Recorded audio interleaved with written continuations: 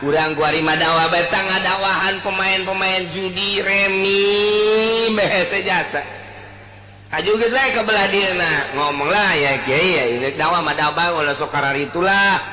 itu masing-masing jangan nomor hidayah nama Gus Yokju pinternya nah. Siap judi pinter jasa kah hidayahnya tolol tuh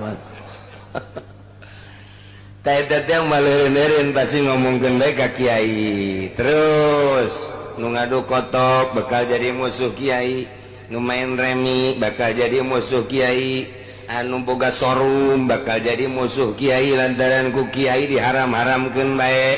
anu boga bank bakal jadi musuh kiai lantaran bank teh atuh bank di urang mah eta teh adalah pengelolaan riba namun kiai na tegep bakal jadi musuh kiai jadi kiai teh jalin ngeunaheun loba musuh kudu siap jadi kiai mah loba musuh nih ngomongkeun ku jelema teh emang ku mah kitu teh datang ka ceuleuh teu datang aju kiaina epes meet yo teu mah jadi kiai teh ngokos kitu tenang.